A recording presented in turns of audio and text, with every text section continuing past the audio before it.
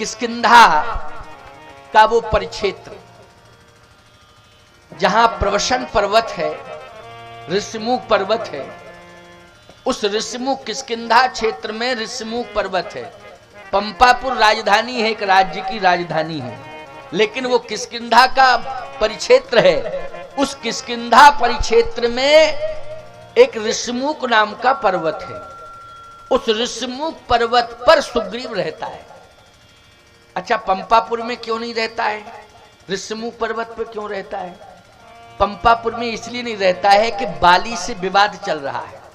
बाली और सुग्रीव दो भाई है ना, इन दोनों में विवाद चल रहा है, इसलिए वो बाली के भय से भयभीत है, पंपापुर में रह नहीं पा रहा है।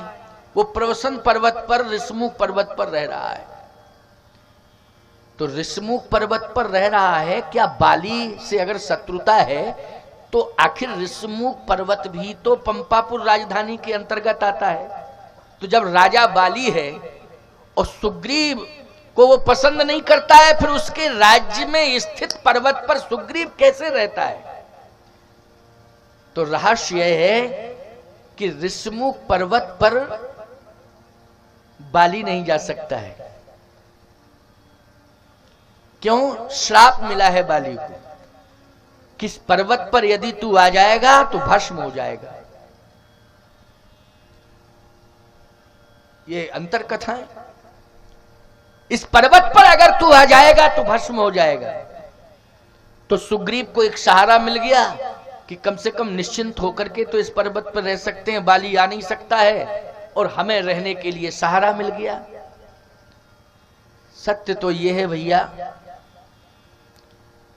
कि पर्वत जहां जहां है वहां वहां ये विश्वास कर लेना चाहिए कि परमात्मा का वास है। किसी ना किसी देवी देवता का पर्वतों पर वास रहता है। सिद्धों का तो वास रहता ही है पर्वतों के ऊपर, ज्यादातर सिद्ध पर्वतों के ऊपर ही रहते हैं। तो जहां जहां भी पर्वत हैं वहां वहां परमात्मा का वास है, वहां सिद्धों का भी वास है। तो जहां पर परमात्मा रहता हो और परमात्मा की गोद में कोई रहता हो, उसका कोई कुछ बिगाड़ सकता है? तो सुग्रीव कहां रहता है? ऋषिमुख पर्वत पर। भले ही कथा में यह बात आ जाती है कि वहां एक ऋषि के श्राप के कारण बाली नहीं पहुंच सकता है, ये ठीक है, कथा है, लेकिन सत्य तो यह है कि वो परमात्मा की गोद में बैठा हुआ है। अच्छा, एक बात और है, सहारा किसका है? जो परमात्मा पर विश्वास कर लेता है, हनुमान उसका सहारा बन जाता है। कौन बन जाता है? हनुमान। ये हनुमान जी उसके सहारे बन जाते हैं। बस भगवान के तुम हो जाओ, चाहे जितने संकट में क्यों ना हो, संकट में सहारा हनुमान जी बनेंगे। बस भगवान के हो जाना। अच्छा बताओ, संकट में हनुमान जी ही सुग्रीव के सहारे हैं कि नहीं? हनुमान जी सहारा बन गए कि नहीं सुग्रीव? और किसके सहारे रहता है सुग्रीव? हनुमान जी के ही सहारे रह रहा है, क्योंकि परमात्मा का वास है। वहां पर्वत जहां होते हैं वहां परमात्मा का वास रहता है। लंका में भी परमात्मा का वास है पर्वत पर, त्रिकूट पर्वत पर। यहां सुवेल सहल रघुवीरा। बोलो भाई, सुवेल पर्वत पर भी भगवान बैठे हैं कि नहीं बैठे? वो लंका की भूमि है, जहां राजा रावण है, जहां का राजा ही रावण है। लेकिन भगवान ने लंका में यदि अपना स्थान बनाया है तो जानते हो सुवेल पर्वत पर बनाया है, त्रिकूट पर्वत पर बनाया है। बनाया कि नहीं? चित्रकूट में भी भगवान ने अपना स्थान बनाया है, तो कामदगिरि पर्वत पर बनाया है। 11.5 वर्ष तक कामदगिरि पर्वत पर बैठे। चित्रकूट में भी कामदगिरि पर्वत पर बैठे हैं, और लंका में सुवेल पर्वत पर बैठे, त्रिकूट पर्वत पर। तो बोलो, निवास कहां कहां बनाया? पर्वत पर ही बनाया कि नहीं? बनाया पर्वत पर। सावधान, सुग्रीव हनुमान जी के सहारे है, क्योंकि हनुमान जी है ना साथ में। अब भगवान की ओर बढ़े, पंपापुर की ओर बढ़े। किष्किंधा कांड यहां से प्रारंभ होता है।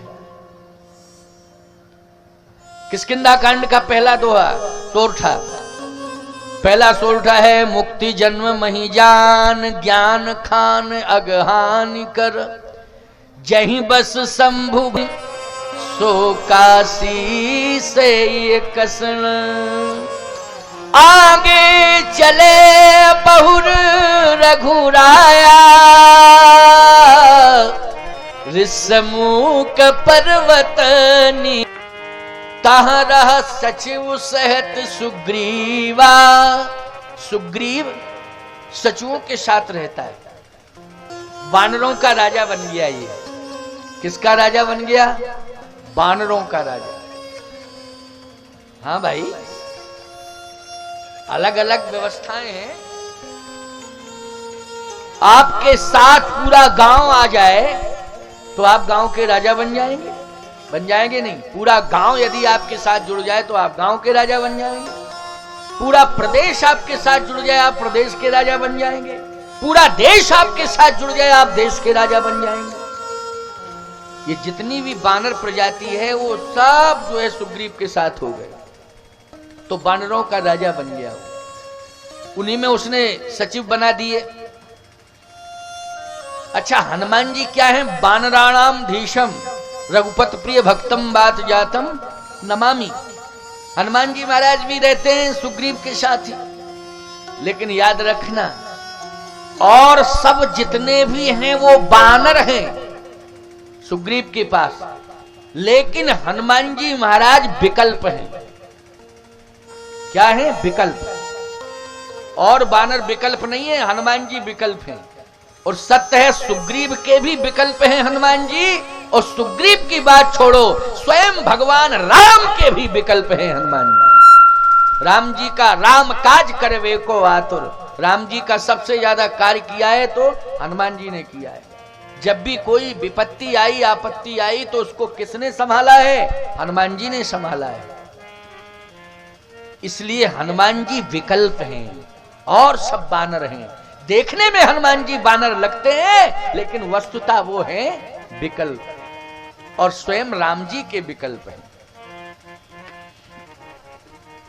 को नहीं जानत है जग में, कपि संकट मोचन नाम तिहारो, कपि संकट मोचन नाम तिहारो, काज किए बड़ देवन के, तुम वीर महाप्रभु देख विचारो, कौन सुसंकट मोर गरीब को, जो तुमसे नहीं जात है टारो, बेग हरो हनुमान महाप्रभु, जो कछु संकट होए हमारो, को नहीं जानत है जग में, कपि संकट मोचन नाम तिहारो। ऐसे श्री हनुमान जी विकल्प हैं। भगवान जैसे ही किष्किंधा में प्रवेश किए, किष्किंधा में प्रवेश ही किए प्यारे, पर्वत पर रहता है सुग्रीव, ऋषमुख पर्वत पर। उसने देख लिया दूर से। अच्छा, पर्वत पर कोई हो ऊंचाई पर, तो कोई धरती पर चल के, धरती पर चल रहा है और चल के आ रहा है, तो धरती वाला व्यक्ति पहाड़ वाले को नहीं देख पाएगा, लेकिन पहाड़ वाला व्यक्ति धरती वाले को देख लेगा। तो यहां सुग्रीव ने भगवान को देखा। जैसे ही देखा तो भय व्याप्त हो गया। क्यों भैया? भगवान का दर्शन हो। एक बात और बतावें, भगवान को दूर से मत देखो, भगवान के पास चल के जाओ। मंदिर का क्या देगा दिखाई? शिखर, झंडा फहराता हुआ, ये शिखर झंडा फहरा रहा, ये शिखर दिखाई देगा, लहरा रहा है, कोई देवी देवता का स्थान है। लेकिन जब पास में आप पहुंच जाएंगे तो विग्रह का दर्शन हो जाएगा क्यों? इसलिए संतों ने कहा है कि हमेशा चल के आओ घर से मंदिर में दर्शन करने। ये नहीं कि घर में खड़े छत के ऊपर हनुमान जी का झंडा दर्शन हो गया, बोलो हनुमान जी की जय, वहीं से कर रहे हो, छत पर चढ़े हुए हैं, स्लेब पर चढ़ गए आप ऊंचाई पर, वहीं से हनुमान जी का दर्शन देखो हो गया ना, झंडा दिखाई दे गया है और वहीं से हनुमान जी की जय, हनुमान जी। नहीं, चल के आइए आप, दर्शन कर, परिक्रमा का हो गया हो गया हो गया। ऐसे कैसे हो गया? पास में चल के आओ। सुग्रीव को चल के आना चाहिए था। हनुमान जी पास में आ गया। बड़ी अच्छी कथा है, इस कथा को जरूर सुनना, क्योंकि मुझे 14 तारीख तक रहना है। नौमी है ना 14 को ही राम कथा विश्रामित होगी।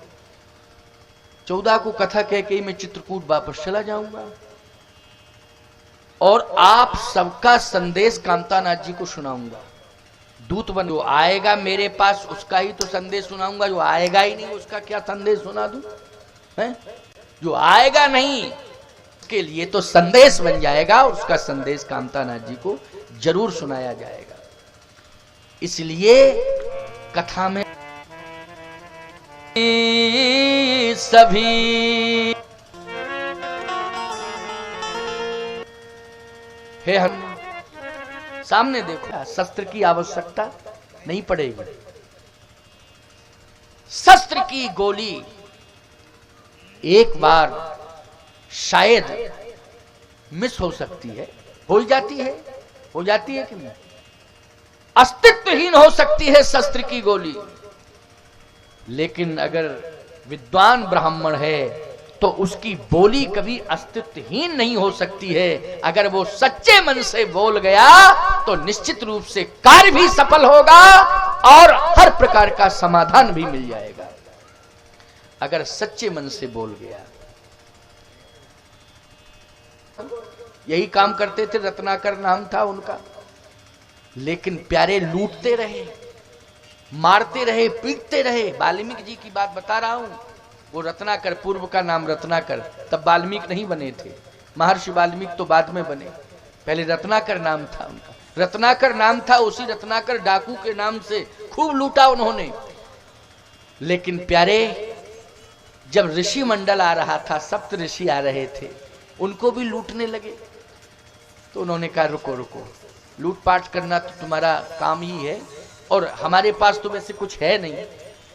तो रत्नाकर बोला कि तुम्हारे पास कुछ है नहीं और सुबह से हम यहीं खड़े रहे, कोई आया नहीं, कुछ भी नहीं दिया और हमें कुछ मिला नहीं, और आए हो तो ऐसे आए हो जिसके पास कुछ नहीं, तो जो भी है वो सब ले लूंगा। कहे कमंडल है, लेना हो तो ले लो कमंडल। कहे कमंडल ही ले लूंगा। कहे सुनो, कमंडल लेना साधारण नहीं होता है, कमंडल ले लोगे तो डाकू नहीं रहोगे।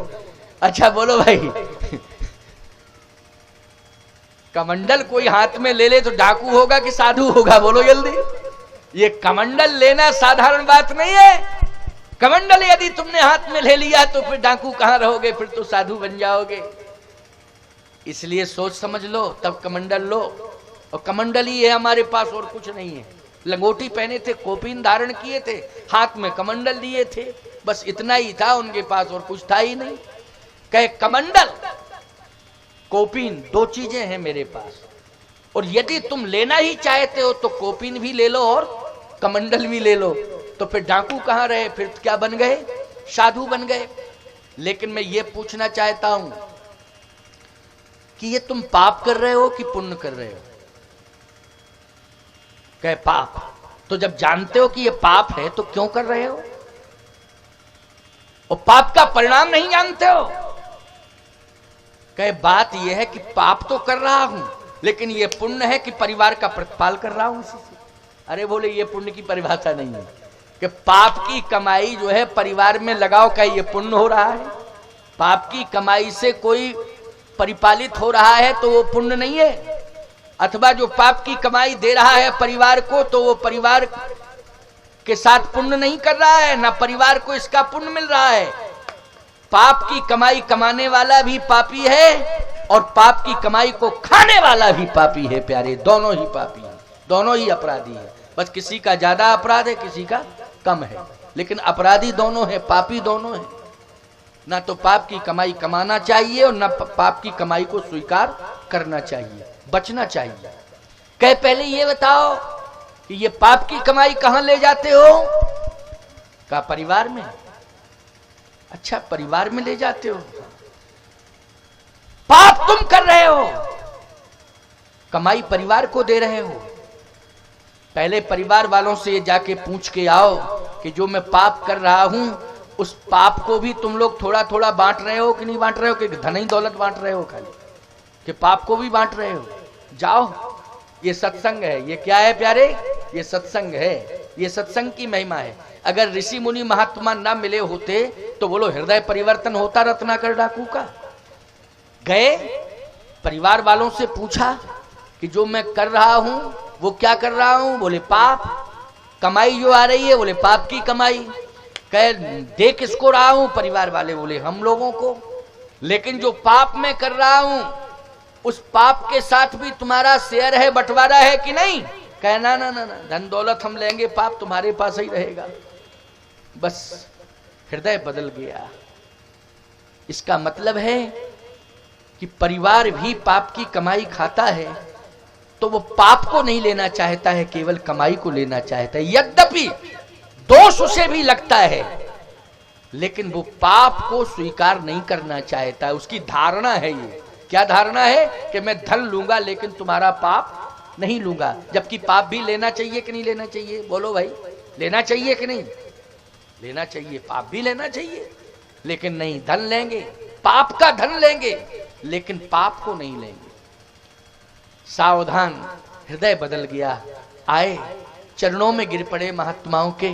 का बस ज्ञान हो गया, ज्ञान हो। कमंडल हाथ में ले लिया, कौपीन धारण कर लिया, तपस्या करने लगे। इतने बड़े तपस्वी हुए कि रास्ते में डकैती डालते थे, राहजनी करते थे, चलते हुए का रास्ता रोकते थे। इतने बड़े महात्मा हुए महर्षि वाल्मीकि कि एक दिन वो समय आया कि भगवान राम को भी उन्होंने रास्ता बताया है। चित्रकूट गिरि करहु निवासु, तह तुम्हारे सब भांति सुपासु। इतने बड़े संत बने। बोलो हृदय किसने बदला? सत्संग ने। परिवर्तन किसने किया? सत्संग ने। जो क्रूरता थी वो किसने समाप्त की? संतों के सत्संग ने।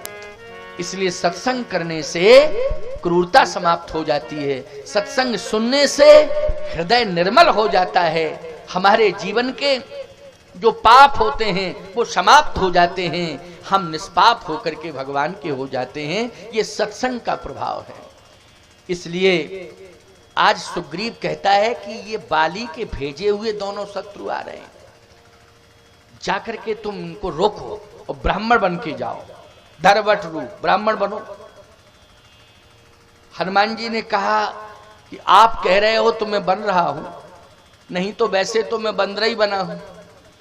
अच्छा, भगवान शंकर ही बंदर बने, ये बानर कौन बने? भगवान शंकर। 11वें रुद्र में शंकर जी ही बानर बने हैं।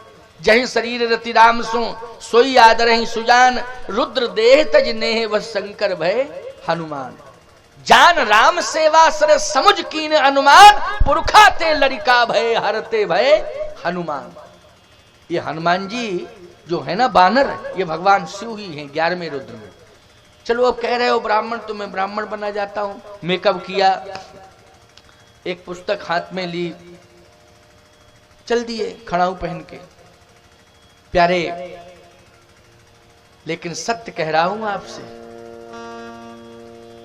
नकली ब्राह्मण में और असली ब्राह्मण में बहुत अंतर होता है। बहुत अंतर होता है। बनना अलग बात है, वास्तविकता आना अलग बात है।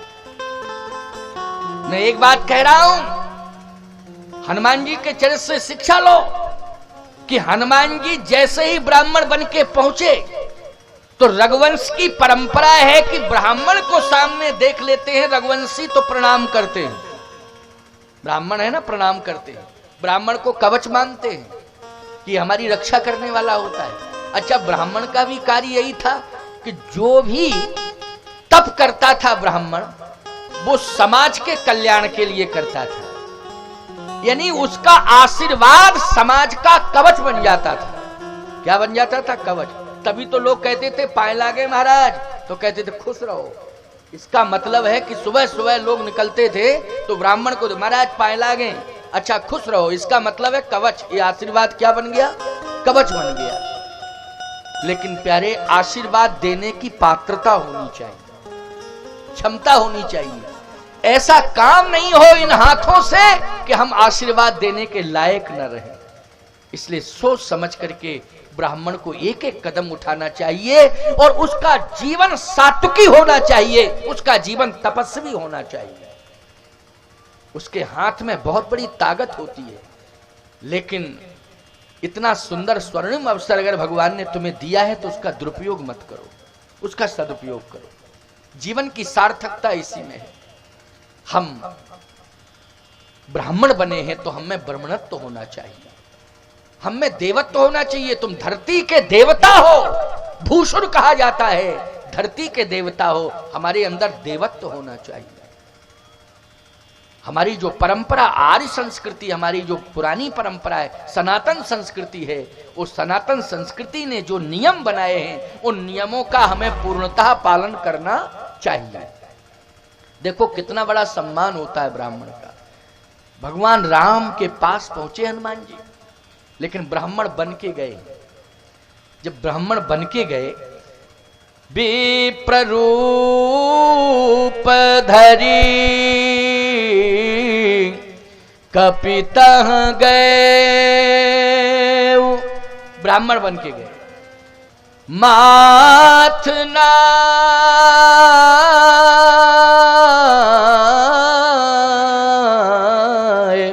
पूछत अस भय, विप्र रूप धर कपितः गए।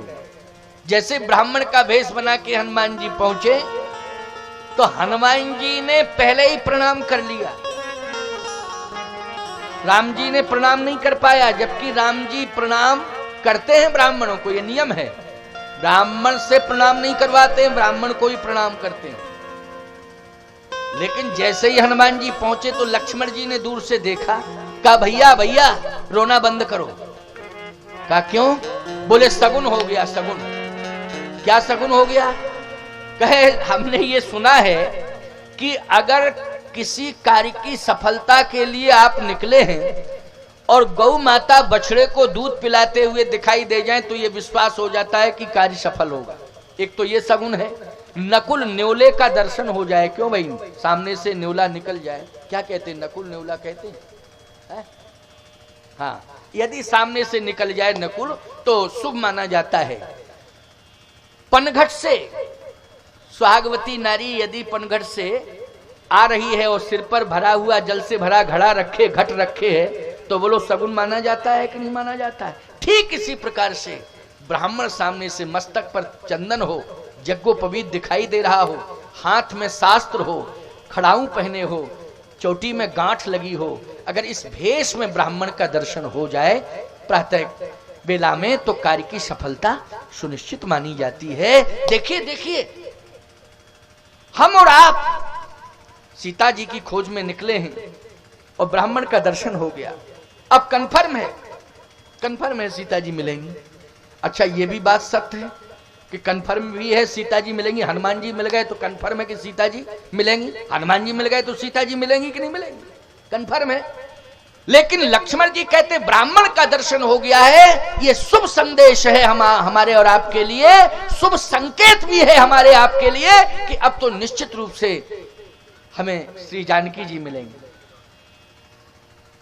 भगवान राम ने कहा चुप रहो, ये वन है, वन में बनावटी लोग ज्यादा घूमते हैं, हो सकता है कि कोई बनावटी वेश धारण करके आ गया हो ब्राह्मण का, तो चुप रहो, बीच में बोलते क्यों हो? लक्ष्मण जी बोले बनावटी कैसे, सामने चला आ रहा है, हम देख रहे हैं, उसका व्यक्तित्व बता रहा है, कितना सुंदर व्यक्तित्व। अरे तो चुप तो रहो भाई, आने तो दो पास में, आखिर हम भी तो समझ लें कि कैसा ब्राह्मण, कहाँ का ब्राह्मण है, नाम गाम ठाम क्या है पूछे तो तब तो पता लगे, लेकिन तुम शांत रहो, आने तो दो। लक्ष्मण जी बोले हम तो साष्टांग प्रणाम करके आशीर्वाद लेंगे और ये जरूर कहेंगे कि आपका ज्योतिष क्या बता रहा है, किस दिशा में जाऊं, मेरी भाभी जी मिल जाए।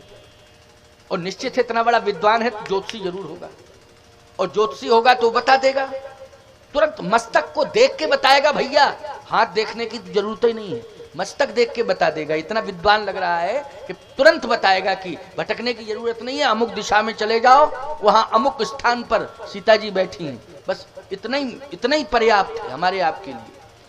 लेकिन जैसे ही आएगा तो सबसे पहले तो हम प्रणाम करेंगे, आशीर्वाद लेंगे, इसके बाद फिर चर्चा करेंगे। भगवान राम बोले, पंडित जी पहले मौका तो देवें तब ना, आने तो दो। जैसे ही भगवान श्री राम के समीप पहुंचे हनुमान जी, विप्ररूप धर कपि तह गएऊ, और लक्ष्मण जी ने प्रणाम नहीं कर पाया। माथ नाय पूछत यस भयऊ, हनुमान जी पहले ही प्रणाम कर लिए। लक्ष्मण जी बोले, नकली ब्राह्मण है भैया, असली नहीं है। हम लोग प्रणाम करते, आशीर्वाद देता है तो पहले ही प्रणाम कर बैठा। भगवान राम ने कहा, अब अभी चुप रहो, ज्यादा मत बोलो, मैं अभी पता लगाता हूं असली है कि नकली है, तुम चुप रहो। अब भगवान देख रहे हैं हनुमान जी को, हनुमान जी को देख रहे हैं भगवान। हनुमान जी भगवान के चरणारविंदों को देख रहे हैं। किसको देख रहे हैं? चरणारविंदों को। क्यों? यत्र यत्र रघुनाथ कीर्तनम, फिर वही श्लोक आ गया, वही भाव आ गया। यत्र यत्र रघुनाथ कीर्तनम तत्र तत्र कृत मस्तकांजलिम।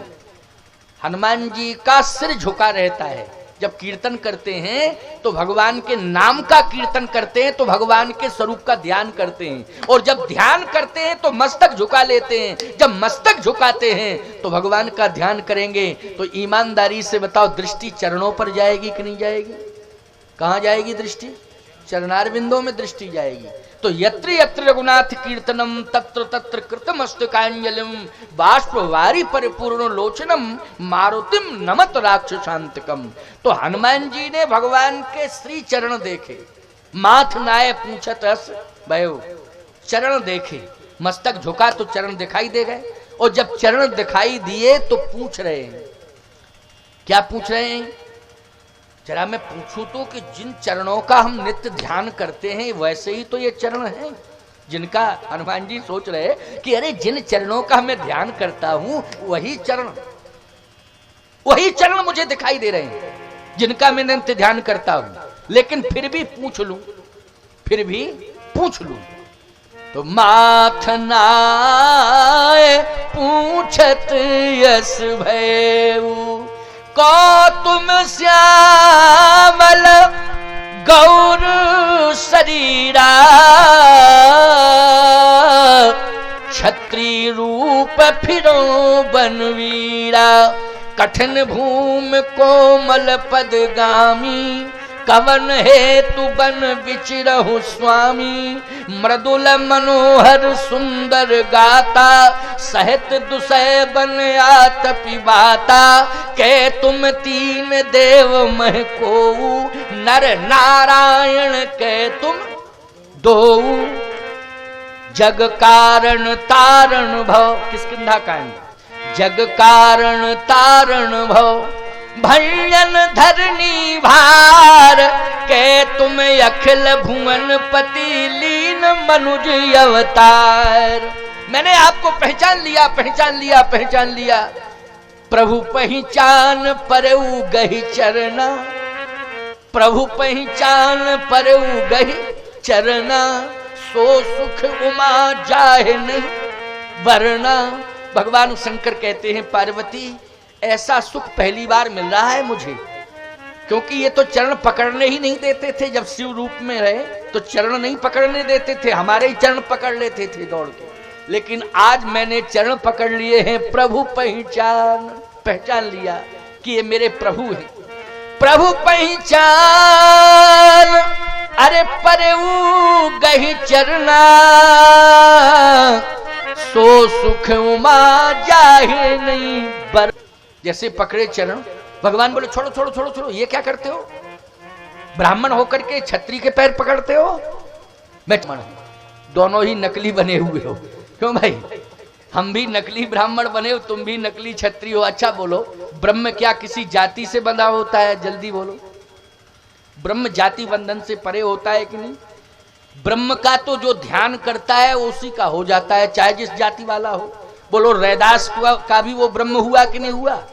भगवान ने रैदास को भी स्वीकार किया कि नहीं किया? भगवान ने कबीर दास को स्वीकार किया कि नहीं किया? और फिर भगवान ने तुलसीदास को स्वीकार किया। तो कहां तुलसीदास जो विप्र कुल में जन्म लिए थे, और कहां रैदास और कबीरदास निम्न कुल में जन्म। लेकिन समान रूप से भगवान ने तुलसीदास को भी स्वीकार किया, तो कबीरदास और रैदास को भी स्वीकार किया है। इसलिए सत्य तो यह है कि वो अगर किसी के घर में आया है तो ये लीला है, लेकिन वास्तव में वो जाति बंधन से मुक्त होता है कि नहीं? जाति बंधन से वो मुक्त होता है। वो तो जो चिंतन उसका करता है वो उसी का हो जाता है। तो सत्य तो ये है, हनुमान जी कह रहे हैं कि ना मैं बंदर हूं ना आप छत्री हैं, और ना मैं ब्राह्मण हूं ना आप छत्री हैं, और मैं बंदर भी नहीं हूं। सही बात तो ये है कि जो मैं मान शंकर, ये शिव जी हैं। कौन है? अच्छा शिव जी को बंदर कहोगे क्या? बोलो। ना तो शिव जी को बंदर कहोगे और ना शिव जी को ब्राह्मण कहोगे। अच्छा शिव जी के माता पिता का नाम बताओ जरा। शंकर जी के माँ बाप का नाम कोई बतावे तो बताए कोई हो हिम्मत वाला तो बतावे है? लेकिन सत्य है वही शिव जब लीला करने लगता है तो हनुमान बन जाता है। तो उसकी माँ का नाम और पिता का नाम शंकर सुवन केसरी नंदन तेज प्रताप महाजग वंदन। बोलो नाम हो गया कि नहीं? माँ का नाम, पिता का नाम शंकर सुवन केसरी नंदन तेज प्रताप महाजग वंदन। अंजनी पुत्र महा बलदाई, संतन के प्रभु सदा सहाय। माँ का भी नाम आ गया और पिता का भी नाम आ गया। क्यों? क्योंकि उसने रूप बदला है। तो रूप बदलेगा तो माता पिता का नाम आ जाएगा। वस्तुतः कौन माँ है कौन पिता है ये कैसे चैलेंज कर सकते हो? निर्गुण ब्रह्म के माँ बाप का नाम बताओ जरा। कोई बता सकता है निर्गुण ब्रह्म के माँ बाप का नाम क्या है? लेकिन जब वो सगुण बनता है भक्त के आग्रह पर, तो उसकी माँ भी होती है, उसका पिता भी होता है, उसका परिवार भी होता है, उसकी जाति भी होती है। तो हनुमान जी यही कह रहे हैं कि सही बात तो यह है कि ना आप असली क्षत्रिय हो ना हम असली ब्राह्मण हो, दोनों ही बने बनाए हैं। आप भी बन के आए हो वन में और हम भी बन के आए हैं वन में, इसलिए दोनों वनवासी हुए हैं। प्रभु पहिचान परऊ गही चरना,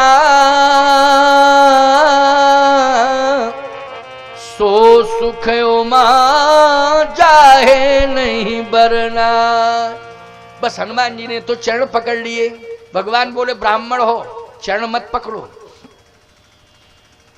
हनुमान जी ने कहा सही बताओ, आपको भी मैं पहचान रहा हूं, आप कौन हो? अच्छा कौन हूं मैं? हनुमान जी बोले जग कारण तारण भव भंजन धरणी भार। आप जगत के जन्म के कारण हो। ये संपूर्ण जगत का जो जन्म हुआ है वो आपके द्वारा ही हुआ है। अच्छा बोलो ये जगत का जो जन्म हुआ है तो जगत के जन्म का कारण कौन है? परमात्मा।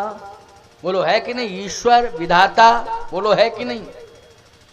जग कारण तारण भव, जगत के जन्म के भी आप कारण हैं और जगत के उद्धार के भी आप कारण हैं। आपने जन्म भी दिया है और आप उद्धार भी करते हैं।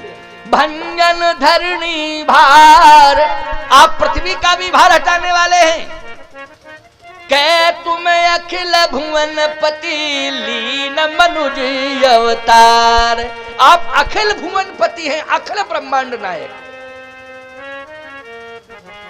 अच्छा जो बात हनुमान जी ने कही वो सत्य है कि नहीं? बोलो जो बात हनुमान जी कह रहे हैं वो सत्य है कि नहीं?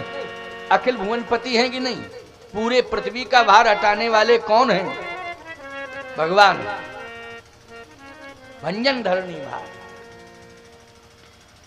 लक्ष्मण जी बोले भैया इस मर्म को तो हम भी नहीं जानते थे, आज ये मर्म खुल गया है, ये रहस्य आज खुल गया कि आप हैं क्या।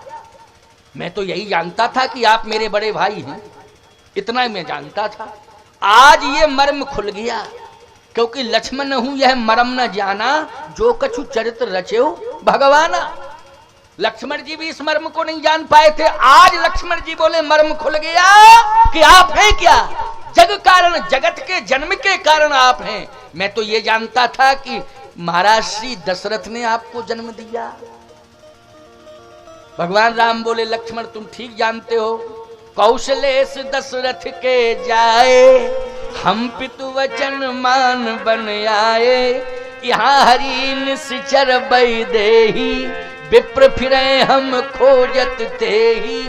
आपन चरित कहा हम गाई, और कहो विप्र निज कथा बुझाई। हनुमान जी बोले अब तो और क्लियर मोहर लग गई कि आप वही हैं जो हम सोच रहे। भले ही आप कहो कौशलेश दशरथ के जाए, दशरथ जी आपके जन्म के कारण नहीं हैं, आप ही संपूर्ण जगत के जन्म के कारण हैं। और जगत में ही दशरथ का जन्म हुआ है, इसलिए आप जगत के जन्म के कारण हैं, अर्थात आप सभी के जन्म के कारण हैं। आपको जन्म देने वाला कोई संसार का सामान्य मानव नहीं हो सकता है। अब मैं और क्लियर कर रहा हूं। हनुमान जी बोले कि विश्वास हो गया। अच्छा विश्वास कैसे? बोले आप जब बोले तब और क्लियर हो गया कि आप वास्तव में वही हैं जो हम सोच रहे। कैसे? हनुमान जी ने कहा ऐसे कि आप ये कह रहे कि मैं महाराज दशरथ का, चक्रवर्ती सम्राट महाराज दशरथ का बेटा हूं, और आपने ये भी बताया कि उनका मरण हो चुका है, और ये भी बताया कि मेरी पत्नी का यहां हरण हो चुका है। तो जब पिता का मरण हो चुका है यह मालूम आपको है, और पत्नी का हरण हो चुका है, तो जिसके पिता का मरण हो जाए और जिसकी पत्नी का हरण हो जाए, वो अपनी कथा गा के सुनाएगा कि रोके? बोलो इस कंडीशन में व्यक्ति रोएगा कि गाएगा? जल्दी बोलो। वो तो रोएगा। हनुमान जी बोले अब और क्लियर हो गया, मोहर लग गई, अब तो कंफर्म हो गया कि जो मैं सोच रहा है वही है आप। क्योंकि आप ही कह रहे आपन, वो सुख में तो गाएगा लेकिन दुख में वो गाएगा नहीं, वो रोएगा। आप वही हैं, ब्रह्म हैं, जगदीश्वर हैं, जगत नियंता है, सर्वेश्वर है, क्योंकि आप दुख में भी गा रहे हैं। आपन चरित का हम गाई। हनुमान जी ने कहा और सुनिए प्रभु। कह सुनाओ सुनाओ। हनुमान जी ने कहा जीवात्मा की कहानी में और परमात्मा की कहानी में यही अंतर है। क्या अंतर है? जीव की कहानी दुख से शुरू होती है और चिंता में समाप्त हो जाती है। बोलो ये जीव की कहानी है, दुख से शुरू होती है और चिंता में समाप्त हो जाती है। जैसे जीव जब जगत में आता है तो बोलो रोते हुए आता है कि हंसते हुए? जल्दी बोलो। रोते तो रो रहा है, इसका मतलब दुख है तभी तो रो रहा है व्यक्ति, नहीं कैसे कैसे रोएगा? पैदा होते ही रोता है, और अगर वो रोता नहीं है तो ये जबरदस्ती उसको रुलाती हैं। क्यों? मतलब ये रुलाती हैं किसी तरह से, ऐसे वैसे यूं करके उसको रुला देंगे। प्रयास पूरा रहेगा 100% कि इसको रुला दिया जाए। क्यों भाई? रुलाने वाला प्रयास रहेगा, और जब तक वो रोएगा नहीं तब तक चैन की सांस नहीं लेंगी, रुलाने में ही लगी रहेंगी, पूरी ताकत लगा देंगी कि रोए कैसे। इसका मतलब है जीव जब जगत में आता है तो रोता हुआ आता है, और जब जाता है तो चिंता में चला जाता है। बोलो जाता है चिंता में कि नहीं? मैं एक बात और कह रहा हूं, अवस्था बूढ़ा उतना नहीं बनाती है समस्याएं जितना बूढ़ा बना देती है। समस्याएं जितना बूढ़ा बना देती हैं, अवस्था उतना बूढ़ा नहीं बनाती है। और लोग इतना समस्याओं में ग्रसे रहते हैं कि रात दिन चिंता, रात दिन चिंता शुरू होती है। किससे? सुख से। परमात्मा की कहानी